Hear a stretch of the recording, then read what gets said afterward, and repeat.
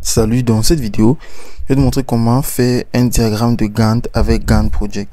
Alors la procédure est relativement simple à faire. Déjà sur ton application Gantt Project que tu as eu à télécharger ou bien même que tu utilises via le site, tout ce que tu auras fait pour faire un diagramme tout simplement sera de commencer par créer une tâche. Alors comme tu peux apercevoir là, ma première tâche est déjà créée, donc tâche 1. Tu peux venir tout simplement dans l'option de tâche ici pour pouvoir cliquer sur nouvelle tâche. Et tu verras une autre tâche s'afficher, tâche 2. Tu peux déjà renommer cette tâche si tu le souhaites par exemple. Ainsi à partir d'ici sur nom. Donc en renommant donc maintenant la tâche à ta guise, moi je vais laisser tâche 2 tout simplement. Dépendant de toi, c'est juste un exemple. Tu pourrais donc maintenant entrer le jalon si tu veux, la date de début pour la tâche, pour le diagramme qui sera comme un calendrier éditorial. Ainsi la date de fin aussi. Tu entreras aussi la durée, le début de la date au plus tôt. Ainsi aussi la priorité. Si la priorité est normale, tu peux voir la liste déroulante ici.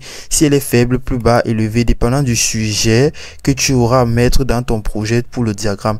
Ainsi l'avancement et aussi le graphisme, les couleurs, le lien internet, et tu vas cliquer sur OK. Tu auras aussi dans la section aussi comme des prédécesseurs, des ressources, des colonnes personnalisées pour pouvoir mettre tout en position. Alors ainsi maintenant tu peux bien voir apercevoir ces petites cases bleues-ci. Donc ça t'aidera aussi à accéder tout simplement et rapidement déjà vers ta tâche pour pouvoir changer si quelque chose te tracasse ou bien te met à cœur pour pouvoir changer. Ainsi, au niveau aussi de la date, tu peux apercevoir, tout cela sera aussi pareil à ce niveau-là. Donc, pour ajouter encore un autre diagramme, tu pourrais tout simplement venir cliquer sur tâche ici. En cliquant sur nouvelle tâche, voilà, encore une autre tâche qui s'est affichée. Et si c'est que cela n'est pas en ordre, tu pourrais seulement prendre comme j'ai pris tout simplement le 2. Je peux mettre en bas du 3 ou je reprends, je remets en haut, tout simplement. Ainsi, tes tâches seront maintenant effectuées à ta guise et tu pourras en faire comme tu le souhaites. Tu peux même mettre la tâche dans la tâche, comme je viens de mettre la tâche 2 en mettant dans la tâche 1, en la faisant aussi ressortir si je le souhaite, ou bien même en la supprimant tout simplement en right-cliquant et en cliquant sur supprimer la tâche. Voilà, la tâche m'est supprimée. Je peux aussi cliquer ici aussi pour supprimer cette tâche-ci en revenant sur tâche et revenant encore cliquer sur nouvelle tâche.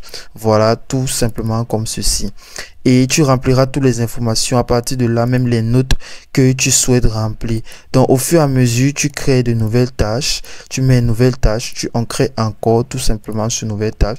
C'est en fonction, c'est comme ça que tes tâches et ton diagramme se fait et se crée à partir d'ici.